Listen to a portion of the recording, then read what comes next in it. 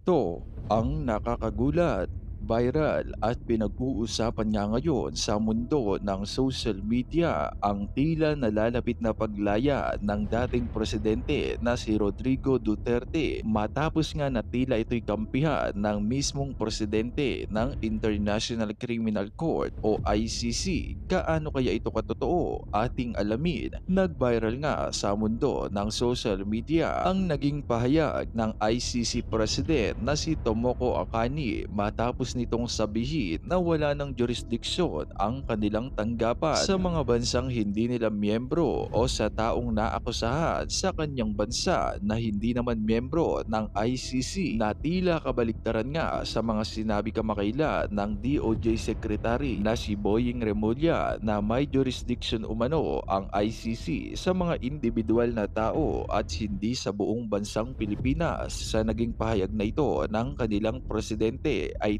tila lumalabas nga na labag talaga sa batas ng ICC ang pag-aresto sa dating Pangulong Rodrigo Duterte at tila minadali pa itong ipadala sa dahig ng Netherlands kahit na hindi ito dumaan sa due process. Tila people power na nga ang nangyayari hindi lamang sa Pilipinas kundi sa buong mundo dahil sa malawakang rally na ginagawa ngayon ng taong bayan upang ipakita ang kanilang pagsuporta at panawagan upang ibalik na ang dating Pangulong Duterte sa ating bansa upang dito siya litisin kung talaga nga bang mayroon itong nagawang pagkakasala at narito panoorin pa natin ang buong video. Same thing I can tell you. For example, if crimes occur on the soil of non-state parties by non-state parties persons, we don't have jurisdiction. Whatever the crime is, unless UN Security Council refer the situation to us. So we have the limitation under the Rome Statute. What kind of crimes and what kind of people and the jurisdiction on the territory. Nagpapatuloy pa rin ang proseso sa pag-apply, pero gaya ng sinabi ko, meron na po akong application. So, okay, protektado na. No? At meron na akong karapatan na tinatawag na non-refoulement act. Hindi na po ako mapapabalik sa Pilipinas kung saan ako'y nagsasabi na ako'y biktima ng persecution. Pero siguro pag-usapan natin some other time yung ating amnesty. Ngayon po, ang gusto kong pag-usapan ay yung lumabas na diffusion. Ano ba yung diffusion na lumabas dun sa investigasyon ng Senado ni Senator Amy Marcos? Ang lumalabas, ang meron lang palang na-issue para arestuhin ang ating dating Presidente Rodrigo Duterte ay isang diffusion order. At bagamat sinasabi palagi ng ating mga opisyales na sila ay makikipagtulungan sa Interpol pag nagkaroon ng red alert notice, wala pong red alert notice. So ano yung diffusion order at bakit ito ay sablay bilang legal na basihan sa pag-aresto kay Presidente Duterte? Well, unang-una po nasabi na natin na ayon sa Article 59 ng Rome Statute of the ICC, bago maaresto ang tao para padala sa ICC, dapat iharap muna sa lokal na hukuman. At ang mangyayari doon sa lokal na hukuman, para siyang extradition. Ascertain yung identity ng tao, sisiguraduhin na yung kanyang mga karapatan ay narespeto, at saka syempre issue na kung meron bang jurisdiction yung hukuman na nagre-request ng extradition ng isang Pilipino. So anyway, ang sinasabi nila, Secretary Remulla, palagi nilang sinasabi, kinakailangan makipagtulungan pag merong red notice alert. Kalokohan po yun. Kasi malinaw naman po na ang red notice alert ay hindi siya international warrant of arrest. Yung pagpapatupad po ng red notice alert ay sang-ayon pa rin sa lokal na batas. At dahil sang-ayon nga sa Rome Statute na kinakailangan iharap siya sa hukuman, ang dahilan kaya kinakailangang iharap sa hukuman ay para masigurado na sang-ayon sa ating saligang batas na no person shall be deprived of life, liberty, or property without due process of law, na maririnig muna yung tao na arestuhin. Lalong-lalo na kung siya ay merong pagtutol doon sa jurisdiksyon ng hukuman na maglilitis sa kanya o humihingi ng kanyang pagkatao. Alam naman natin sa mulat mula, sinasabi natin na wala ng jurisdiction ICC dahil tayo po'y bumitiw na at nagsimula yung preliminary investigation matapos or lampas na doon sa isang taon matapos tayo nag-deposit ng instrument of withdrawal. Ang nakapagtataka, bagamat paulit-ulit nilang sinasabi na tayo ay susunod at makikipag-cooperate para ipatupad ang red notice alert, wala palang red alert notice. Wala palang red alert notice. Now, ano ba pagkakaiba itong sinasabi na red alert notice, no, at saka yung Interpol diffusion. Well, unang-una po, ang diffusion, bansa lang ang nagpapakalat niyan sa iba't ibang bansa. Ibig sabihin, nanggaling sa Pilipinas yung diffusion order. At yung diffusion order ay nakikiusap ang Pilipinas na arestuhin or at least i-facilitate yung pag-aresto para ma-extradite ang isang tao.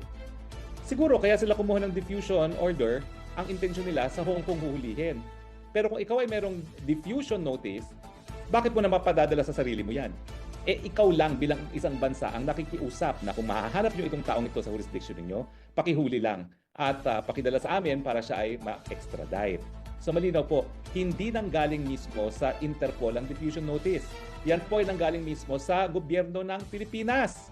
Ibig sabihin, kung yan ay hiningi natin para hilingin sa Hong Kong na arestuhin si Presidente Marcos, well, naintindihan natin yun kasi nga wala namang jurisdiction ng Pilipinas sa Hong Kong. Pero kung yan ay galing mismo sa Pilipinas, para namang ulul yan. Alam mo namang i-request mong sarili mo na arestuhin. Ba't ka pa magre-request? Ikaw na nga magpapa-aresto. So binobola tayo ng mga administrasyon ng Marcos Jr. nung sinasabi nila na legal ang pag-arrest dahil ito ay diffusion notice. Uulitin ko po, parang ulul naman tayo na sasabihin natin sa ating sarili, sa bansa Pilipinas, sige nga, tulungan mo akong arestuhin. Ang ibig sabihin po niyan, Pilipinas lang talaga ang nagdesisyon na arestuhin ang presidente. Wala pong kinalaman ang Interpol, wala pong kinalaman ang International Criminal Court. Ganun pa man, ano naman ang pagkakaiba yung diffusion at saka yung red notice? Well, yung red notice kasi, Interpol mismo ang nag-i-issue niyan. Who gets nyo? Ang diffusion, Pilipinas ang nag-issue na nakikiusap sa mga bansa, tulungan nyo kaming arestuhin si PRRD. Pero bakit mo gagamitin nga ang diffusion kung pag-aaresto sa Pilipinas mismo?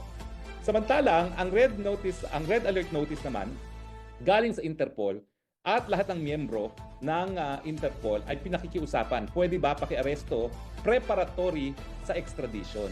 Hindi po automatic yan kahit tayong parte ng daigdig. Kasi kinakailangan magkaroon ng proseso na masiguro na yung due process right ng nasasakdal ay may respeto.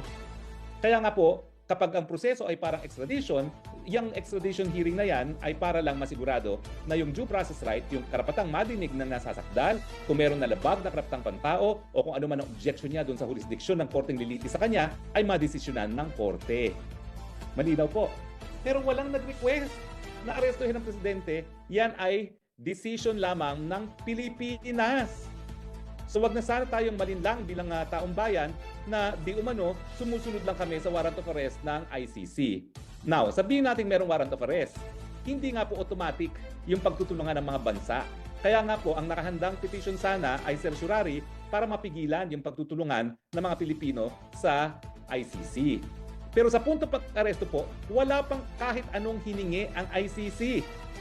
Sa katotohanan, nabulaga na lang sila at nandyan ang pagkatao ni Presidente Rodrigo Roa Duterte sa dahig na hindi pa naman sila formal na humihingi ng kooperasyon ng Pilipinas. Ibig sabihin, talagang nais nilang tanggalin si Presidente Duterte bilang tinik sa kanilang plano na Marcos Forever. Malinaw po yan at ngayon po, nagtagumpay sila. People power na ho talaga ang nangyayari ngayon at hindi lamang po ito nangyayari sa Pilipinas, worldwide po ang people power para ho kay Pangulong Duterte at hindi lang po yun, ang matindi naman sa kabilang kampo naglalaglagan po sila, alam mo naman yan ang unitae, laglagan, walang tulungan at higit sa lahat traidoran, yan ang totoo. Hindi totoo po mga kababayan yan po ang nangyayari sa kampo ng mga Duterte. United ang mga kababayan natin, kahit yung mga OFW organization. Kasi alam mo mga kababayan, medyo sakit na nating mga Pilipino ito, lalo na yung mga OFW natin. Alam nyo yan, na meron talagang minsan kiskisan among OFWs, even if pareho sila ng pinaglalaban, nagkikiskisan. Pero ngayon, nag-unite for one cause, which is bring back Duterte, di ba? Pero yung kabilang kubol, ano ginagawa nila? Ayun, pati yung kapatid nilalaglag, di ba? Ang lupit. Mamaya pag-uusapan natin yan, malupit talaga itong Marcos na ito. Ang una niyang nilaglag yung tawag dito, yung kanyang executive secretary na loyal ally, loyal defender. Ngayon nilaglag niya, 'di ba, si ES Rodriguez. Tandaan niyo 'yun, 'di ba? Pero akala natin sagad na 'yun kasi sabi natin grabe naman pagka-traitor nitong Marcos na ito, 'di ba? Nilaglag niya 'yun. Pagkatapos naman niyang nilaglag 'yun, inilaglag naman niya yung kanyang partner. Sino? Si VP Sara Duterte. O, 'di ba? Kita niyo naman kung anong nangyari, pina-impeach. Pati yung taong nagpalibing sa kanilang ama ay nilalaglag naman nila ngayon, di ba? Which is si Pangulong Duterte. Nalaman natin through the hearing that there was no red notice. Sa madaling salita, we are not even obliged. Even nga may red notice, we are not obliged to give o to send PRRD right away sa The Hague. Pero ano ginawa nila? Yun po dahil sa kagustuhan nitong ni Bongbong Marcos, idinala ho kaagad-agad sa The Hague. So nilaglag na naman po nila mga Duterte, di ba ho? And last not but the least, ika nga, ha? Nilaglag naman niya ngayon yung kapatid niya. Di ba?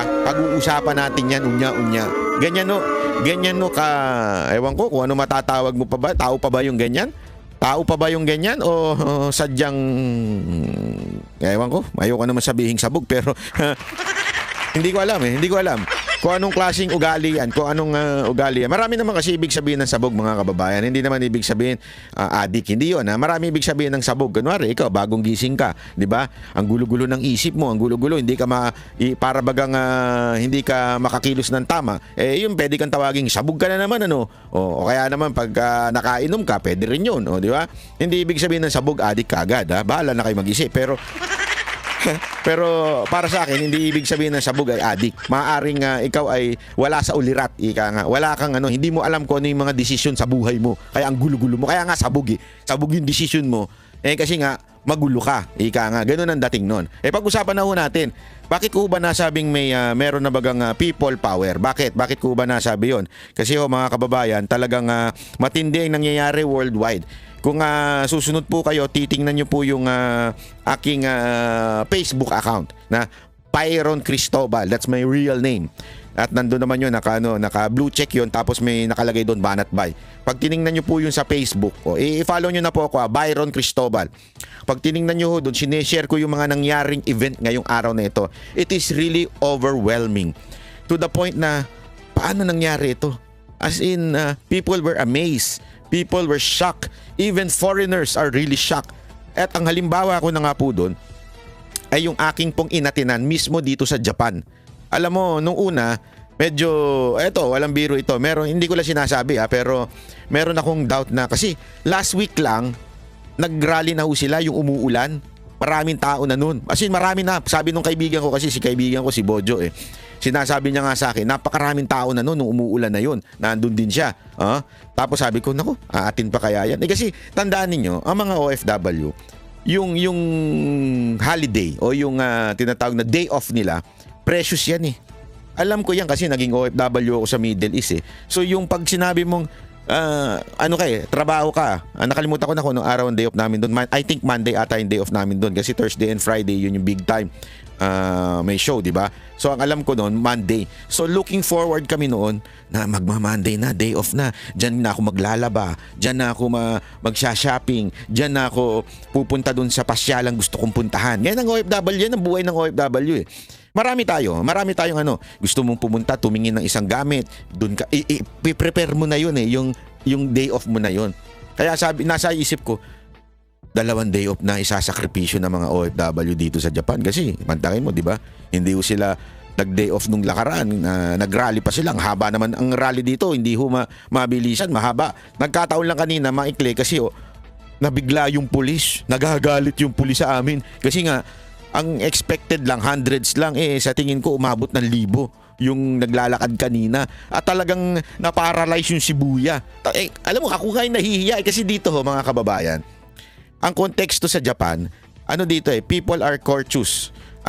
People are nakaano na sa na embed na sa puso nila yan at sa isip nila na hindi ako makakaistorbo ng kapwa. Mula bata hanggang paglaki yan ng training ng mga Hapon. Kaya nga kung papansin niyo lagi kong pinopost yan. isa sa mga na-enjoy ko dito yung coffee shop. Kasi ang coffee shop dito, coffee shop talaga. Hindi yung sa Pilipinas, yung coffee shop parang ginawang palengke na tinatambayan ng ingay-ingay, nagchichikahan. Dito hindi, ang coffee shop, pupunta ka doon mag-isa, magbabasa ka. O di kaya may magko-computer ka. Yung talagang walang ingay. Pag nagsalita ka doon, medyo mapapatingin sa'yo yung tao kasi parang ang bastos mo naman. No? Nandito para matahimik. Sa tren, ganun din, tahimik. Kahit nga po paglasing ka eh. Paglasing ka, yung mga tao dito talagang nakayuko lang, nakaganon lang. Oh. Sa atin, paglasing ka, parang siga ka eh. Di ba? Paglasing ka sa Pilipinas, parang pagmamayari mo yung bar. Ano ba? Hindi ba, bakit na yan? Bili mo itong ano. Ito. Dito hindi. Hindi ganun. Pagkano dito, oo, maingay sila dun sa table mo, kayo. Pero pagkatapos yun, puro ganun pa rin eh. Lasing na yan ha. Kasi nga, ang ano nila dito, huwag kang makakaistorbo ng kapwa mo. Dito, ganyan ang senaryo sa Japan. Kaya nga ako kanina, grabe papakita ko sa inyo, sobrang naistorbo yung Shibuya. Mantakin mo ha, linggo to, ang daming tao sa Shibuya. Tapos itong mga Pilipino, naglalakad pa ikot-ikot. May dala-dala. Tapos sumisigaw. Ayaw na ayaw pa naman ng mga Hapon yan yung sumisigaw. Ayaw nila yan kasi maingay. Pambihira, non-stop yung Duterte, bring back home Duterte. Mga ganun. Ako nga, gusto ko na sumayaw kanina eh. Nahihiya lang. Ako medyo ako kanina ha. Para sa mga kababayan natin nandito kanina, medyo nahihiya ako kanina eh. Kasi alam ko yung kultura ng mga Hapon hindi ganito eh. Hindi yung maingay. Pag nag-rally sila, ewan ko, parang may prayer rally. Parang ganun, sa kanila mag-rally. Di ba, pag nangangampanya sa kanila, tahimik lang. Ganun lang eh, wala na yung, sa atin pala man. Duterte! Duterte! Ganun eh, parang iskandaloso. Di ba?